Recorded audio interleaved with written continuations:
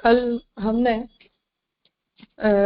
तृतीय अध्याय के प्रथम पाद का नया अधिकरण प्रारंभ किया, जहाँ पंचाग्नि विद्या की जो चौथी आहुति है उसके विषय में श्री महाप्रभु जी अपना निर्णय उपस्थित कर रहे हैं।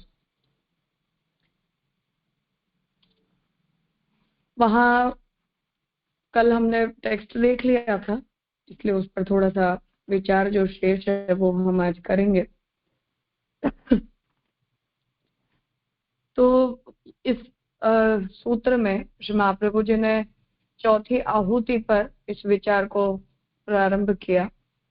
वहाँ पूर्व पक्षी ने ये प्रश्न उपस्थित किया कि वस्तुतः मनुष्य जो होता है वो कर्म दोष के कारण स्थावर योनि को प्राप्त करता है। तो हम जैसा भी कर्म करते हैं उसके अनुसार हमें शरीर की योनि प्राप्त होती है। तो पंचाहुति में उसे अन्नरूप होना क्यों कहा गया है, और फिर आगे पंचाग्नि विद्या में ये वर्णन आता है कि अन्नरूप होने के बाद वो पिसता है, पकता है। तो जब भी हम ऐसे किसी भी वस्तु को, अन्न भाव को प्राप्त करना अर्थात स्थूलता को प्राप्त करना, तो पंचाग्नि विद्या प्रकरण में छांदोग्य उपनिषद ये बात कहता है कि ये जो जीव होते हैं वो लोग अलग अलग स्वरूपों में उत्पन्न होते हैं। तो वनस्पति आदि भी है, वो सब भी जीव रूप ही होती हैं, इसलिए उन वनस्पतियों के रूप में वो जीवात्माएं बनती हैं। और फिर उन जीवात्माओं को जब मनुष्य खाते हैं तो उसके द्वारा वो मनुष्य देह में प्रविष्ट होता है। फिर वीर्यवान पुरुष के द्वारा वो स्त्री के शरीर में जीव जाता है और फिर वहां उसे स्थूल देह की प्राप्ति होती है।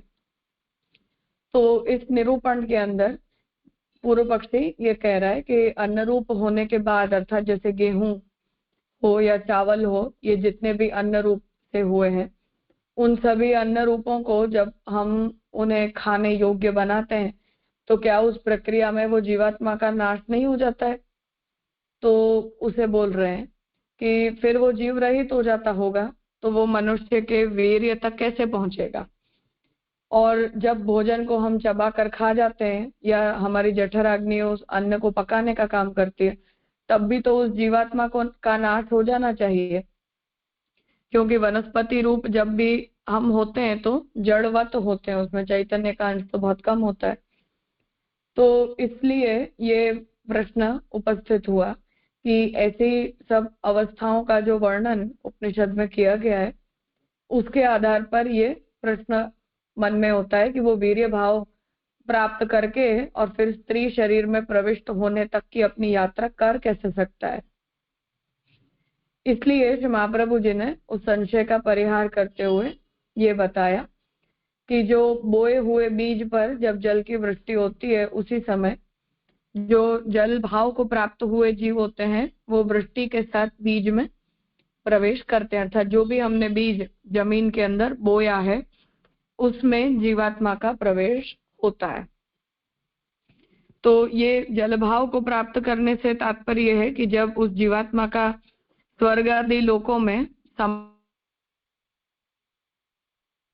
स्वर्गलोक के अंदर उसे जो शरीर प्राप्त होता है वो शरीर का जब नाश हो जाता है और उस शरीर के नष्ट हो जाने के बाद वो जल भाव को प्राप्त होता है और उस जल भाव को प्राप्त करके वृष्टि के द्वारा वो जमीन में बोए हुए बीज के अंदर जीव भाव से प्रवेश कर जाता है।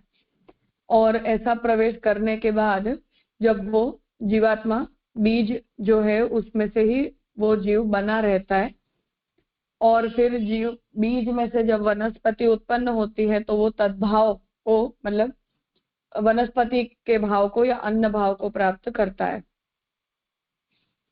और फिर जैसे ही हम जब उसका भक्षण करते हैं तो उसका भक्षण कर लेने के बाद वो हमारे शरीर के अंदर अन्न के द्वारा प्रवेश करता है। तो जीव जो है वो पहले से ही तत्त भाव रूप नहीं होता है, किंतु जगत में उसकी स्थिति उन अन्न के रूपों में होती है। फिर जब भी हम उस अन्न को ग्रहण करते हैं, तब उस अन्न के ग्रहण किए जाने पर अन्न के द्वारा वो हमारे शरीर में प्रविष्ट होता है और प्रवेश करने के बाद वो जीवात्मा वीर्य के छोटे छोटे कीटाणुओं के रूप में वीर्य भावापन्न होता है और वीर्य भावापन्न होने के बाद फिर स्त्री शरीर में प्रवेश होके और उसे शरीर की प्राप्ति होती है। तो जो पूर्व पक्षी ये कह रहा था कि जो प्रक्रिया होती है वो बहुत लंबी होती है, उस प्रक्रिया में क्या जीव का नाश नहीं हो जाता है? तो उसे श्री महाप्रभु जी ने रिस्पॉन्ड किया कि उसके जीव भाव का नाश उस अवस्था में नहीं होता है और जो जीव भाव की जो उसे प्राप्ति हुई है, उस जीव भाव को प्राप्त करने के बाद वो हमारे शरीर के अंदर भी बना रहता है और गर्भवती स्त्री भी जैसे अपने शरीर में एक जीव को दो जीवात्माएं, खुद की और बालक की, ऐसी दो जीवात्माओं को जैसे वो धारण किए रहती है, या हमारे शरीर में जितने भी बैक्टीरिया, वायरस वगैरह रहते हैं, उन सब के रूप में भी हमारे शरीर में कितनी सारी जीवात्माएं रहती ही हैं। उसी प्रकार से अन्न भाव को प्राप्त किए जाने पर जीवात्मा का जो है वो नाश नहीं हो जाता है, परंतु वो वीर्य भाव की प्राप्ति पर्यंत जीवित रहती है, क्योंकि वो ऐसा कोई आदि भौतिक पदार्थ नहीं है कि जिसका अन्न के साथ की जाने वाली भौतिक प्रक्रियाओं के कारण अन्न भाव को प्राप्त किए हुए जीवात्मा के ऊपर कोई असर हो पाए। इसलिए वो जीवात्मा अपने मूल स्वरूप में रहती है, आध्यात्मिक स्वरूप से स्थिति करती है और वो वीर्य भाव को प्राप्त करने तक शरीर प्राप्ति के लिए वो राह देखती है और फिर उसे स्त्री के शरीर में जाने के बाद उसे नूतन देह की प्राप्ति होती है। तो जो महाप्रभु जी उपनिषद जो बताना चाह रहे हैं वो ये है कि जो कल के अधिकरण के समापन में हमने देखा कि जीवात्मा की जो ये यात्रा होती है वो बहुत लंबी है और दुख रूप है। तो स्वर्गादि लोकों का भोग करने के बाद जब वो जीवात्मा इन सभी अवस्थाओं को प्राप्त करती है, तो इतनी सब अवस्थाओं को प्राप्त करने के बाद अब अन्न भाव को प्राप्त करने के लिए जो भी उसे स्थूलता को धारण करना पड़ता है, वो सब प्रक्रिया उसके लिए और भी ज्यादा कठिन बन जाती है और इतनी सब यातनाओं को भोगने के बाद फिर पुनः उसे शरीर लाभ होता है, जिससे ये जो प्रक्रिया है उसमें ब्रह्म ज्ञान रहित की गई प्रक्रिया की निंदा करके पंचाग्नि विद्या में ये कहा गया है कि इसी प्रक्रिया को हमें ब्रह्म ज्ञानोपासना, ब्रह्म ज्ञान सहित करना चाहिए, ब्रह्म ज्ञान रहित नहीं करना चाहिए। परंतु जो पूर्व पक्षी कहना चाहता है कि जीवात्मा का नाश नहीं हो जाता इस प्रक्रिया में, उसे श्री महाप्रभु जी ने यहाँ मूलतः रिस्पॉन्ड किया है कि वो वीर्य भाव को प्राप्त करने पर्यंत जीवात्मा रहती है। इसलिए जीवात्मा आदि भौतिक नहीं होने के कारण अन्न भाव को प्राप्त करने के बावजूद भी उस जीवात्मा का आध्यात्मिक स्वरूप होने से उस जीवात्मा का नाश इन आदि भौतिक प्रक्रियाओं के कारण नहीं होता है। ये निरूपण कल के सूत्र में श्री महाप्रभु जी ने किया, तो उसका विचार शेष रह गया था, इसलिए इस तरह से हमें उसे समझना है।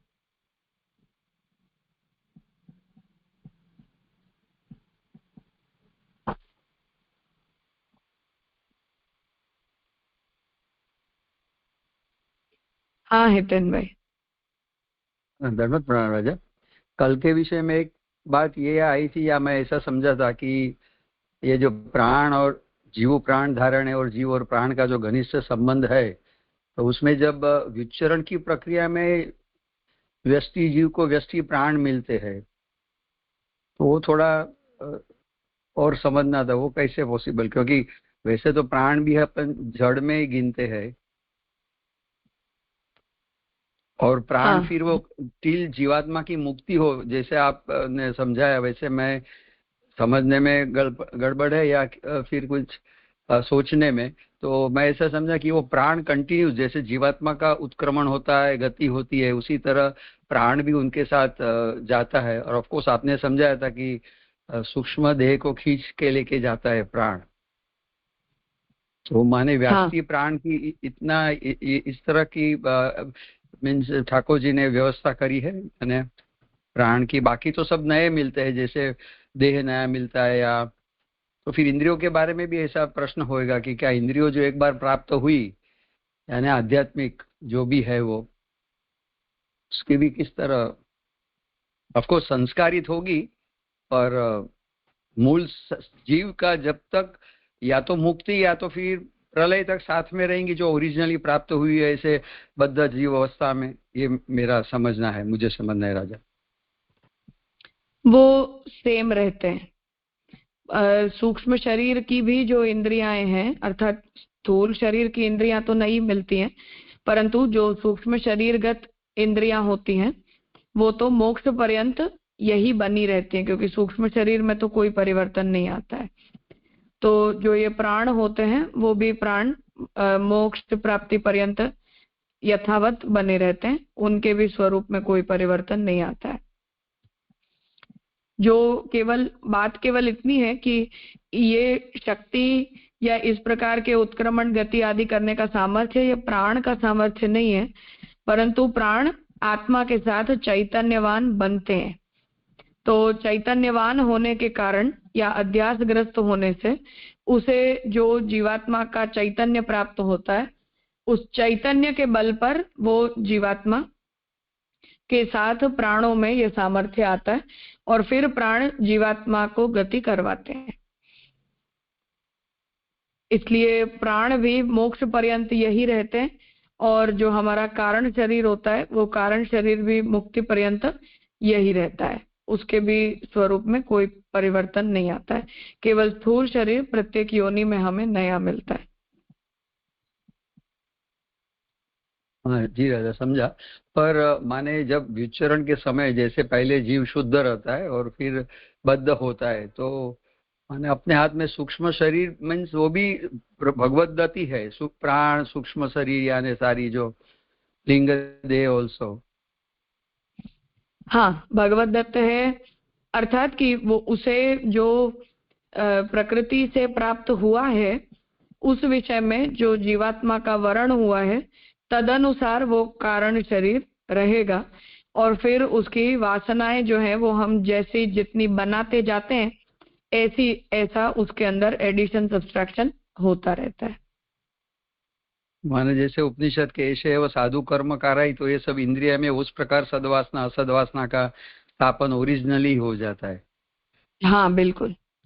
तो उसे और वर्ण को सेम समझना, या फिर उसमें भी थोड़ा ऐसा बाइफर्केशन होगा कि वर्ण जो है वो उसकी मर्यादा या प्रवाही जीव है, पर उसमें फिर अवस्था या तो साधना की प्रक्रिया या मुक्ति की जो भी मार्ग ठाकुर जी ने बताया उस प्रक्रिया में से वो एटलीस्ट वो अवस्था में यानी वासना का असद वासना का सद वासना में कन्वर्ट होके जो सूक्ष्म कारण शरीर को संस्कारित करके अपवर्ड गति होनी, ऊर्ध्वमुखी होना जीव का, ऐसा कुछ तो स्कोप होगा कि नहीं? इसमें ये जो सूक्ष्म शरीर होता है वो सूक्ष्म शरीर के अंदर वर्ण की प्रक्रिया नहीं होती है, तो जीवात्मा की होती है।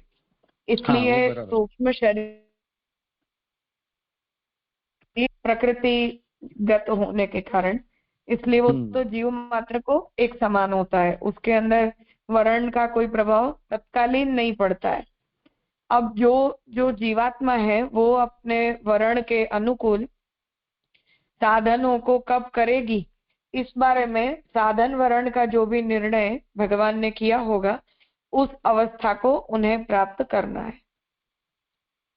बराबर जी राजा, समझ गया। हाँ। तो माने ओरिजिनली तो सबके लिए कारण शरीर की और प्राण वगैरह की व्यवस्था से में व्यष्टि रूप प्राप्त हो जाते सबको, एक शुद्ध माने जैसे भी ऐसे आई मीन एकदम शुद्ध रूप में। फिर जिस तरह ठाकुर जी ने वर्ण किया है, फिर जिस तरह उसको प्रेरणा होती है और वो जिस तरह की वासनाएं बनती है उसका फिर कंटिन्यूएशन उनका होता है। हाँ बिल्कुल। जी राजा।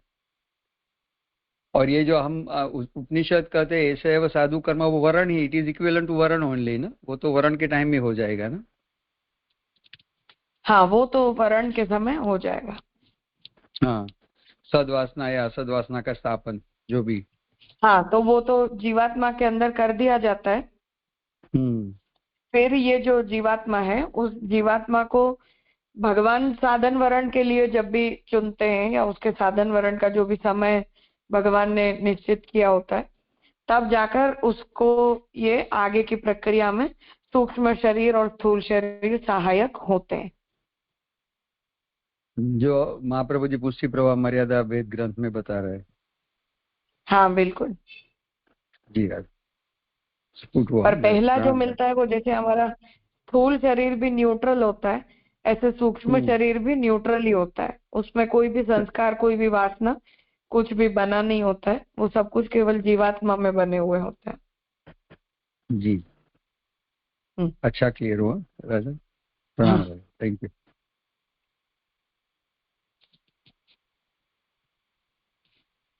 और कुछ है?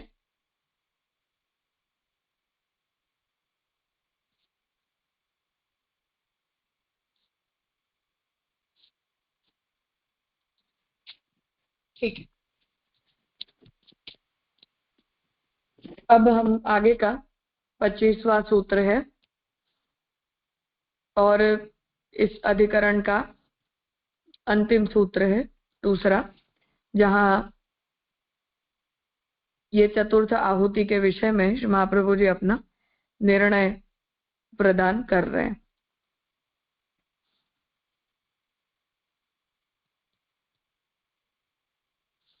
द्वितीय सूत्रे तस्मिन् अन्ने, तो अब दूसरे सूत्र में उस अन्न में पापी जीव सहभावात, पापी जीव का सहभाव होने से, अन्न से अशुद्ध, अन्न के अशुद्ध होने के कारण, कथम तेन योग्य देह संपत्ति ही इति आशंक्य, तो किस प्रकार से उसे योग्य देह संपत्ति प्राप्त होगी, ऐसी आशंका करते हैं।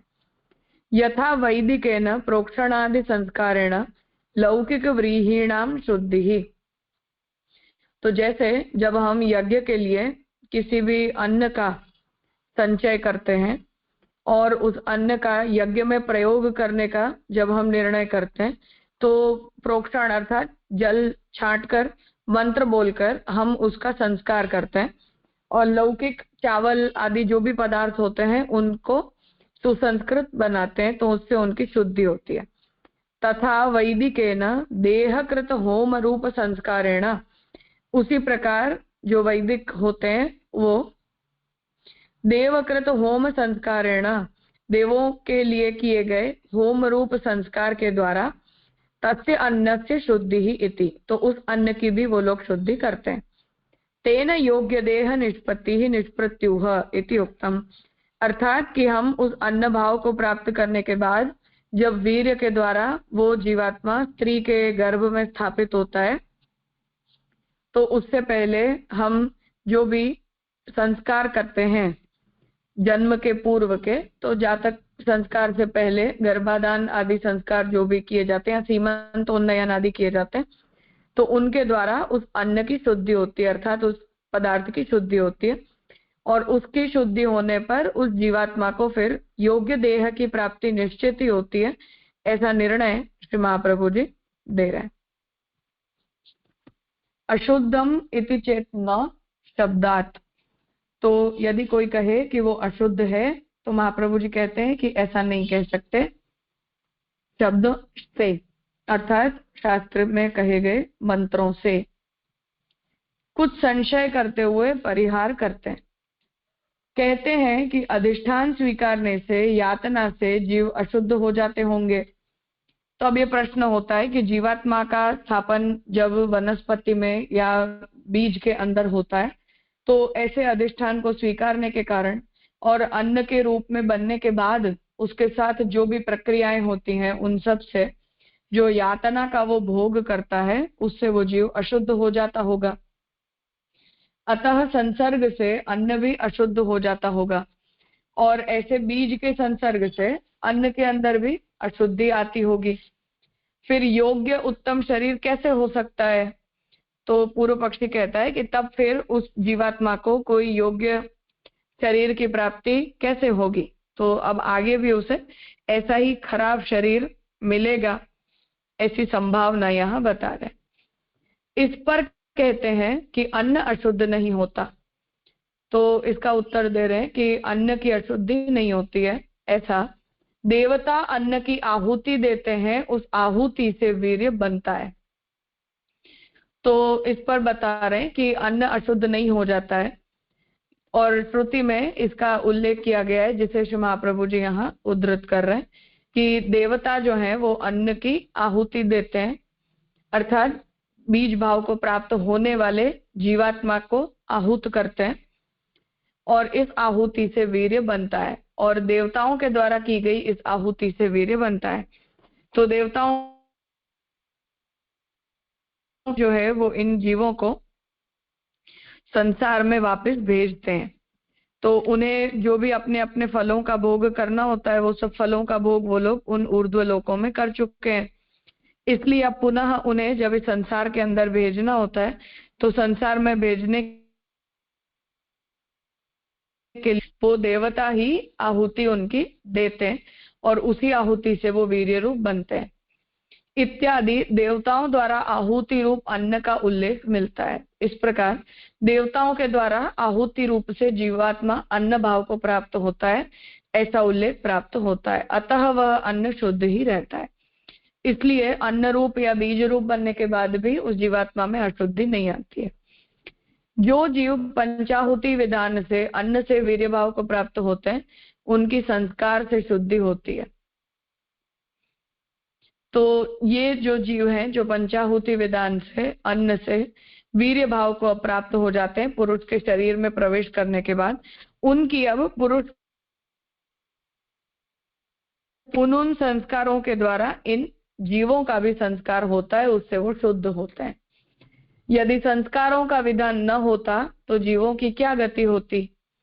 तो अगर ऐसे संस्कार नहीं बताए गए होते, तो जो षोडश संस्कार हैं उनके द्वारा हमारे शरीर में उस वीर्य भाव को प्राप्त हुए जीवात्मा का भी संस्कार होता है। तो अगर ये संस्कार नहीं होते तो जीवात्मा की क्या गति होती? तब उसकी शुद्ध गति या उत्तम गति नहीं हो पाती। संस्कार शब्द का भी स्पष्ट उल्लेख है, अतः अन्न शुद्ध ही रहता है। तो महाप्रभु जी ये आज्ञा कर रहे हैं कि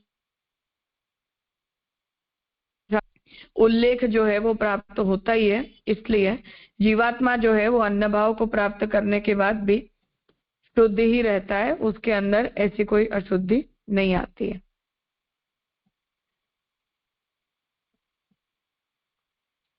यहाँ ये अधिकरण जो है वो संपन्न होता है। कुछ पूछना है इस विषय में?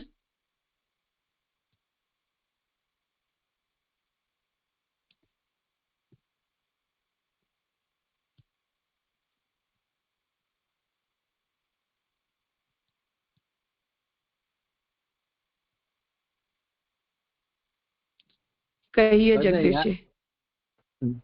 सॉरी, नहीं कोई बात नहीं, कहिए।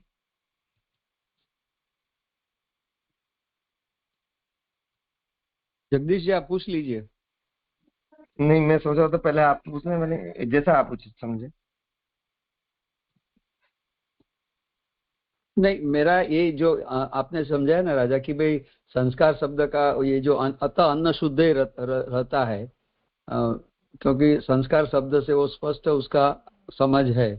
तो ये जैसे हमारा जनरल नोशन है राजा कि गर्भावस्था में जीव को ज्ञान होता है, जो बाहर आता है तभी वो ज्ञान चला जाता है। तो इसको ये बात से कुछ समझ सकते हैं, ऐसा कोरिलेट कर सकते हैं कि भाई मीन शुद्ध अवस्था का ही तो उसको ज्ञान है जीव को, क्योंकि देव ने आहूत किया है। दोबारा पूछेंगे? जैसे जनरल नोशन एक लोक में ऐसी है कि भाई ये ऐसे समझते हैं कि भाई जब जीव गर्भावस्था में है तभी उन्हें ज्ञान होता है भगवान का या परम का, कुछ ज्ञान होता है अपने स्वरूप का वगैरह, भगवान के स्वरूप का। पर तो वो यहाँ जो महाप्रभु जी समझा रहे कि अतः अन्न शुद्ध ही रहता है, तो वही संदर्भ में उसको देख सकते हैं, क्योंकि जीव जो देव ने आहूत किया इसके लिए फिर वो अन्न शुद्ध ही रहता है, ऐसा बताया ना जो।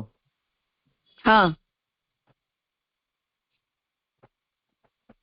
हाँ, अर्थात यहाँ महाप्रभु जी यही आज्ञा करना चाह रहे हैं कि अन्न भाव को प्राप्त करने से वो खराब नहीं हो जाता है, क्योंकि ये सब संस्कारों से उसका संस्कार होता है। पुरुष के शरीर में के शरीर में प्रवेश करता है, तब भी जो षोडश संस्कारों की प्रक्रिया में संतान उत्पत्ति की प्रक्रिया का जो निरूपण किया गया है, उसमें ही उस जीवात्मा का संस्कार हमारे गर्भ की अवस्था में ही हो जाता है, और वही संस्कार हमारे अंदर दृढ़ हो जाते हैं, उसका प्रयोजन आदि सब कुछ। जी राजा। पर अदरवाइज ऑल्सो जैसे हम आप तो क्लियर कर रहे थे कि भाई षोडश संस्कार नहीं होगा तो जीव की क्या गति होगी, उस समझने वाली बात है। पर मीन्स अवस्था में, गर्भावस्था में जीव को ज्ञान रहता है। मेरा स्पेसिफिक प्रश्न ऐसा है, स्वस्वरूप का, भगवत स्वरूप का, या तो जो शुद्ध ज्ञान है, माने गर्भावस्था में उसकी कोई ऐसी जो गर्भस्तुति में जैसा भागवत जी के अंदर निरूपण आता है, जीवात्मा जो भगवान की स्तुति करता है, तो जो ऐसे व्रणित जीव होते हैं उन लोगों को तो इसकी स्मृति रहती है, परंतु ये कर्म वासना से जो जीवात्मा का गति का वर्णन यहाँ हो रहा है, ये जीवात्माएं केवल दुख का अनुभव करती हैं, क्योंकि उन्हें इस बात का शुद्धि उनकी होती है। उपनिषद में भी इसी प्रकार से मन में ये विचार होता है कि उन्हें अब पहले से क्या करना है, तो उनके चित्त में ये भाव बना रहता है कि हम तो स्वर्ग से आए थे, हमने वहां इन फलों का, इन भावों का अनुभव किया था, वगैरह वगैरह। तो उसका जो भी अनुभव उन्होंने इतने लंबे समय तक किया है, उन सब के कारण अब उस जीवात्मा को केवल कष्ट की अनुभूति होती है और कुछ नहीं होता है। जी राजा, एकदम क्लियर हो गया है। प्रणाम।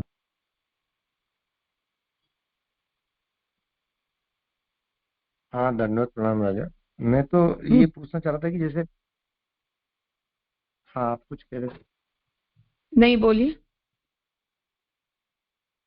तो जैसे पिछले अधिकरण में हमने देखा कि वहाँ जो कारण कार्य की बात आई थी कि भाई जैसे पूर्व पक्षी की आर्ग्यूमेंट थी कि वो कार्य रूप है, और श्री महाप्रभु जी ने पूरा स्पष्ट किया कि वो जैसे आदि भौतिक आदि प्रक्रियाएं नहीं होकर के वो कारण रूप से है।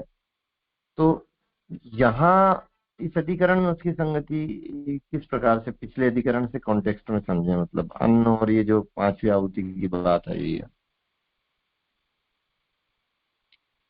कारण रूप का वहां मतलब था कि ये समष्टि संबंधी है, ऐसा मतलब नहीं है, हो रहा है व्यष्टि के ही साथ, परंतु हम वहां जो वायु भाव को प्राप्त करना या अग्नि भाव को प्राप्त करना या जल भाव को प्राप्त करना, इन सब शब्दों का जो प्रयोग किया गया है वो जीवात्मा फ्लूइड हो जाता है ऐसा उसका तात्पर्य नहीं है, परंतु वो गतिमान हो रहा है ये समझाने के लिए उन शब्दों को उसके प्राप्त हुए सूक्ष्म शरीर में जो भी तत्वों का प्राधान्य से तारतम्य होता जा रहा है, उस दृष्टि से उन शब्दों का निरूपण किया गया। ये श्री महाप्रभु जी आज्ञा कर रहे थे।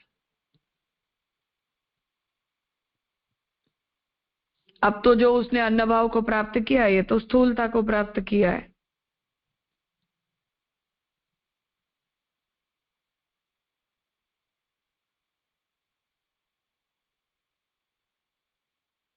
हाँ जी, ये स्पष्ट हो गया।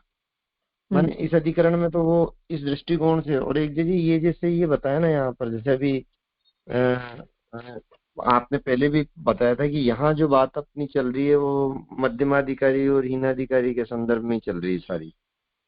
तो ये जो कॉन्टेक्स्ट चल रहा है कि जैसे आहुति प्रकरण का पंचाहुति और जो अनुभव, ये भी उसी दृष्टि में समझना चाहिए हमें।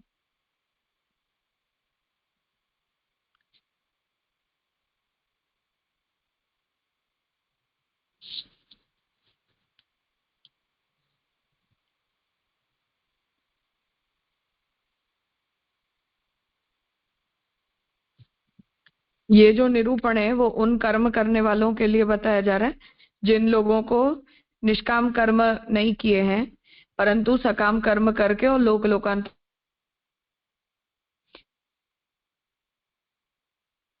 कर तो आएंगे ही। इसलिए उनकी उस अवस्था में जो उनकी जीवात्मा की गति होती है या उस जीवात्मा को जो भी दुख का अनुभव होता है अपना स्थान छूटने के कारण, या अब जो भी भावी दुख वगैरह का अनुभव करना है उनके कारण, उसका यहाँ निरूपण किया जा रहा है।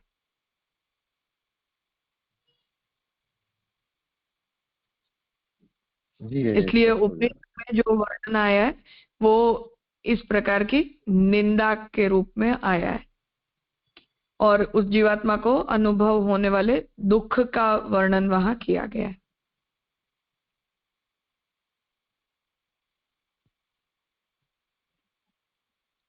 जी जी जी, स्पष्ट हो गया, दंडवत प्रणाम। हम्म।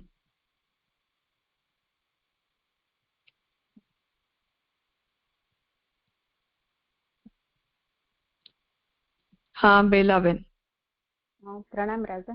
राजा, ये जो अपने आगे आगे वाला जो सूत्र में हमने कल किया ना कि अन्य भाव को प्राप्त हो जाता है और जड़ता को भी प्राप्त हो जाता है, मैंने वो अभी आदि भौतिकता को मतलब प्राप्त हो गया, तो मुझे ये थोड़ा पूछना था कि एक बार वो अन्य भाव को प्राप्त हो जाएगा तो ये तो बीज भाव को प्राप्त हो जाएगा, तो ये बीज तो कहीं भी कोई भी कहीं भी मतलब हो सकता है ना, और कोई भी उसको ले सकता है, अन्न को ग्रहण कर सकता है, पशु पक्षी प्राणी कोई भी मनुष्य कुछ भी।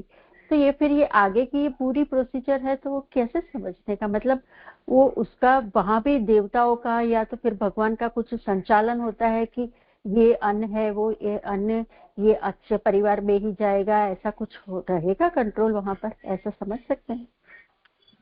नहीं, वहां उपनिषद ने तो इसे इस तरह से छोड़ दिया है। यद्यपि डेफिनेटली प्रत्येक जीवात्मा के विषय में भगवान ने जो भी साधन वर्ण करके निर्णय करके रखा है, ऐसा तो उसके साथ अभी नहीं तो बाद में परंतु होगा ही।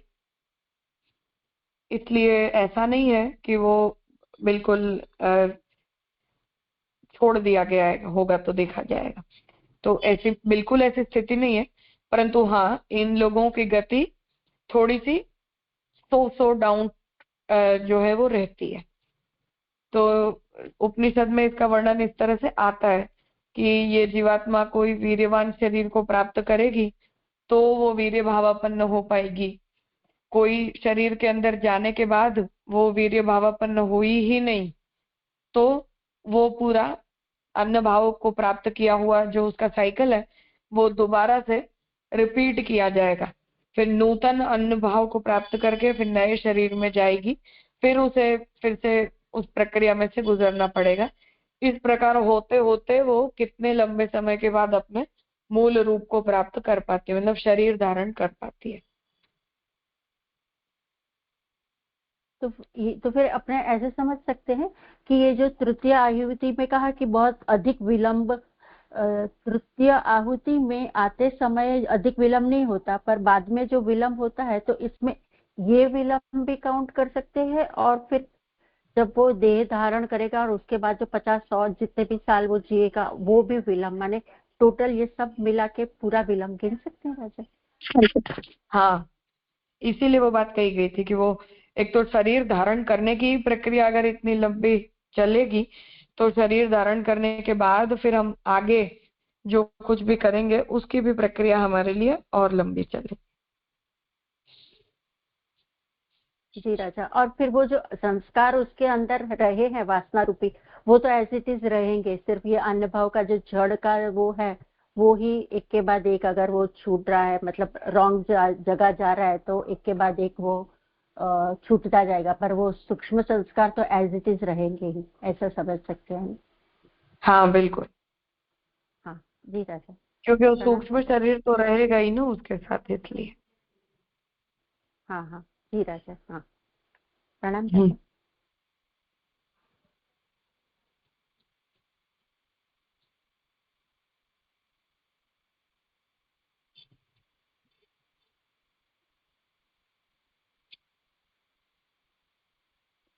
ठीक है, रेतः से ज्ञोथ, यहाँ से नया अधिकरण इस विषय में प्रारंभ होता है।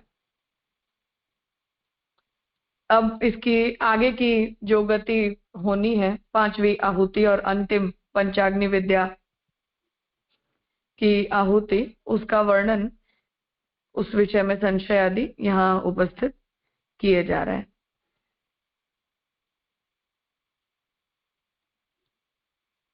ततः सप्तमे एक सूत्रे रेतः से अधिकरणे रेतसः पुरुष भावो विचारितः। तो वीर्य को अब जो पुरुष भाव की प्राप्ति होती है वो अंतिम स्टेज है पूरी पंचाग्नि विद्या की प्रक्रिया से, कि अब वो अपने अंतिम गंतव्य तक आकर और देह भाव को उसने प्राप्त कर लिया। तो उसका वर्णन यहाँ किया जा रहा है।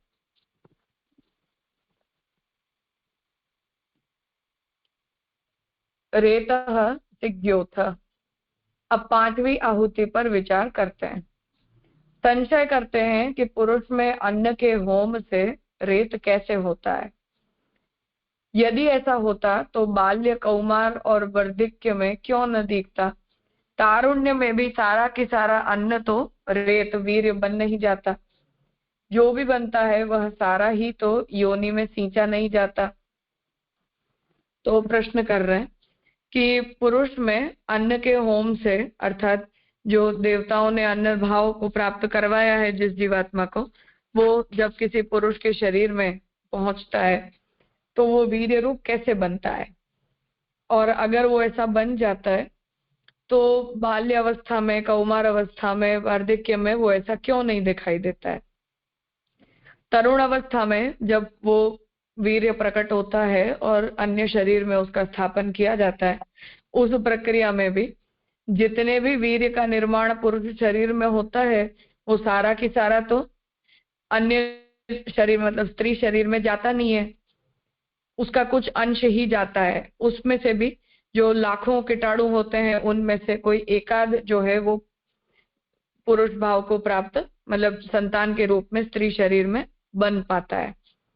तो इसलिए अन्न भाव को प्राप्त करने के बाद वीर्य रूप होने पर इसकी कोई ऐसी गारंटी नहीं है कि वो हमेशा ही संतान के रूप में जन्म लेकर नए शरीर को प्राप्त करने का चांस उस अन्न को मिलेगा ही मिलेगा।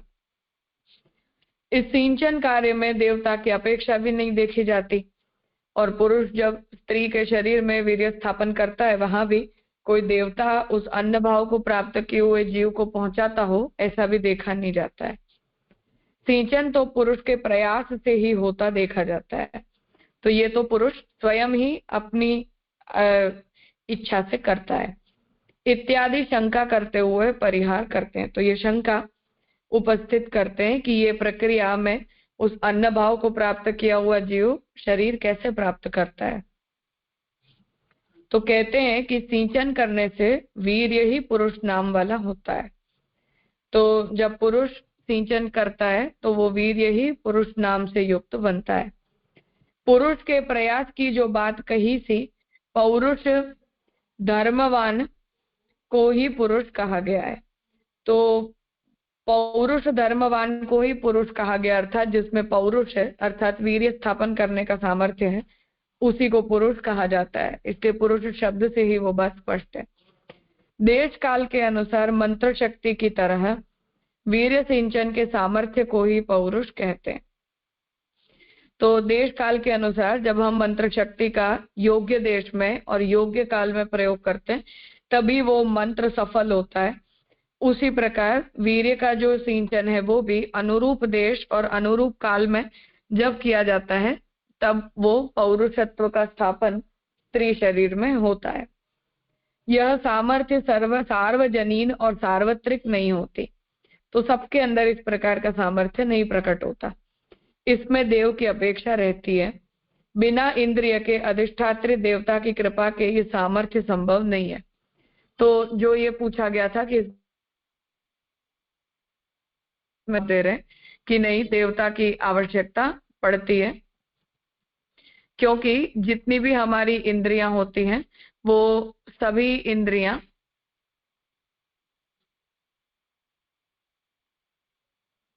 जितनी भी इंद्रियां होती हैं उन सभी इंद्रियों के अधिष्ठाता देवता होते हैं। तो प्रत्येक इंद्रियों में कार्य सामर्थ्य तभी आता है जब उसके देवता उस कार्य के अंदर सहयोगी बनते हैं। इसलिए उसको उसका उत्तर दे रहे हैं कि वहां देवता की आवश्यकता तो होती है, देव कृपा से कोई अड़चन नहीं रहती। तो जब ये गर्भाधान की पूरी प्रक्रिया को हम शास्त्र में बताए गए प्रकार अनुसार करते हैं या शास्त्र में बताई हुई प्रक्रिया के अनुसार संस्कृत करके करते हैं, तब ये पूरी प्रक्रिया जो है वो सफल होती है और उससे जीवात्मा को जो है वो वीर्य को जो है वो योग्य शरीर की प्राप्ति भी होती है। विवरण में तो केवल पुरुष होने मात्र का उल्लेख है, समस्त अन्य वीर्य कैसे बन जाता है इसका तो कोई उल्लेख है नहीं। तो पुनः प्रश्न कर रहे हैं कि उपनिषद में जो विवरण किया गया है उसमें केवल पुरुष होने मात्र का उल्लेख किया गया है, जितना भी अन्न है वो वीर्य रूप बन जाता है ऐसा तो कोई उल्लेख नहीं किया है, क्योंकि जो भी अन्न का हम भक्षण करते हैं वो हमारे शरीर में बहुत सारे स्वरूपों को धारण करता है और अलग अलग तत्वों के रूप में वो विभाजित भी होता है। तो सब कुछ जितना भी अन्न है वो सारा अन्न अगर वीर्य रूप नहीं बना और अन्न भाव को प्राप्त किया हुआ जीव हमारे शरीर के कोई अन्य अन्य अंगों के अंदर विभाजित होकर चला गया तो क्या? उसका उत्तर दे रहे हैं कि होम के बाद वह अन्न धीरे धीरे वीर्य बनता है। तो देवता जब किसी अन्न को बीज भाव प्राप्त करवाते हैं, जीव को जब अन्न भाव की प्राप्ति करवाते हैं तो वो अन्न धीरे धीरे वीर्य रूप बनता है। शरीर के लिए ही देव अन्न का होम करते हैं, तो उस अन्न जो जीवात्मा अन्न रूप हुआ है उसका होम देवता केवल शरीर सिद्धि के लिए ही करवाते हैं। इसलिए वो उस प्रक्रिया को उन देवताओं के द्वारा की गई आहुति से सफल करवाता है। प्रश्न होता है कि पांचवी आहुति में ही वह कैसे बदल जाता है? तो अब पांचवी आहुति में ही वो शरीर भाव को प्राप्त कर लेता है, ये कैसे कह सकते हैं? उस पर कहते हैं कि अन्न आहुति से ही पुरुष रूप नहीं होता, अपितु बाद में जो वीर्य सिंचन योग्य होता है तब अंतिम आहुति होती है।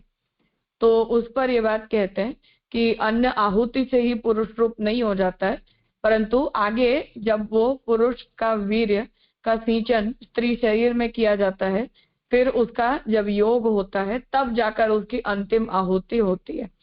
आहूत अन्न में तत्काल वीर्य सिंचन योग्य नहीं हो जाता। तो जैसे ही देवता अन्न की आहुति करते हैं तब वो तुरंत ही वीर्य सिंचन योग्य नहीं हो जाता है, परंतु वो हमारे शरीर में जाकर और योग्य बनने तक का समय लेता है। योग शब्द से यहाँ दिखलाया है कि इसमें भी अन्य देवता का अधिष्ठान रहता है, बिना उनके अनुग्रह के वीर्य सिंचन योग्य संभव नहीं होता है। तो योग शब्द से यहाँ बता रहे हैं कि इसमें भी अन्य जो देवी देवता होते हैं उनका अधिष्ठान होता है, अर्थात स्त्री शरीर में भी जो इंद्रियां हैं उनमें भी वो देवता जागृत होते हैं।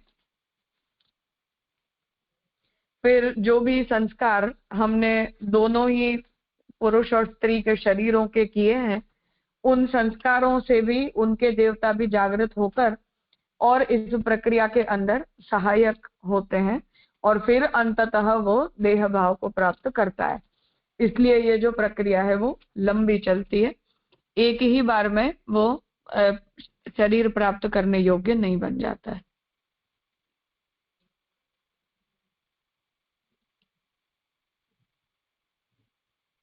कुछ पूछना है?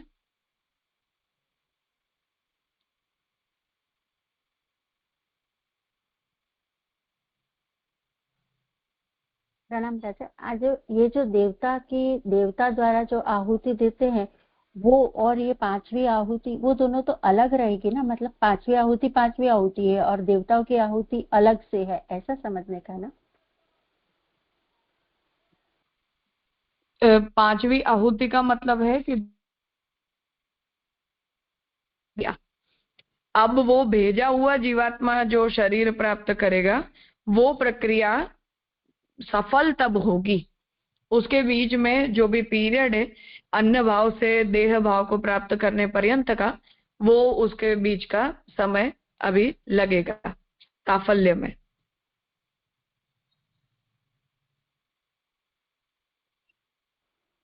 और देवताओं की आहुति जो है वो तो सिर्फ उसको गाइडेंस, मतलब वो जो उसको प्राप्त होना है वो ही करवाएगी, ऐसा समझने का ना।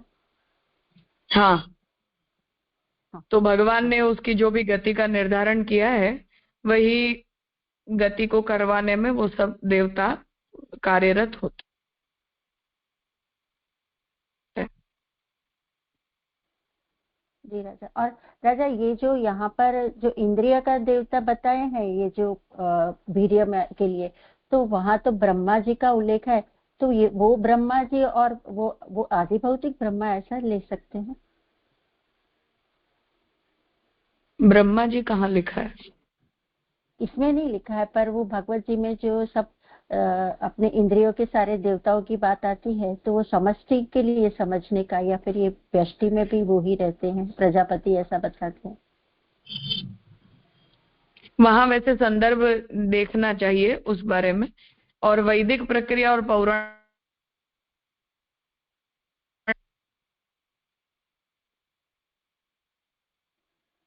राजा आपकी आवाज नहीं आ रही है। मैंने ये कहा कि वहां संदर्भ देखना पड़ेगा एक बार इसका उत्तर देने से पहले। और दूसरा कि वैदिक और पौराणिक प्रक्रियाओं में भी भेद होता है, दोनों एक तरह से नहीं होती है। हाँ जी राजा। हाँ, प्रणाम राजा। हाँ,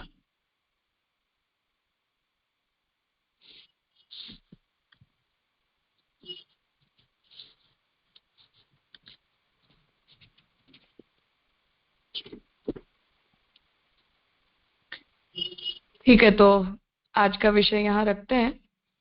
आगे के एक सूत्र के अधिकरण से हमारा प्रथम पाद संपन्न होगा, तो संपन्न करके फिर हम आगे का विषय कल लेंगे।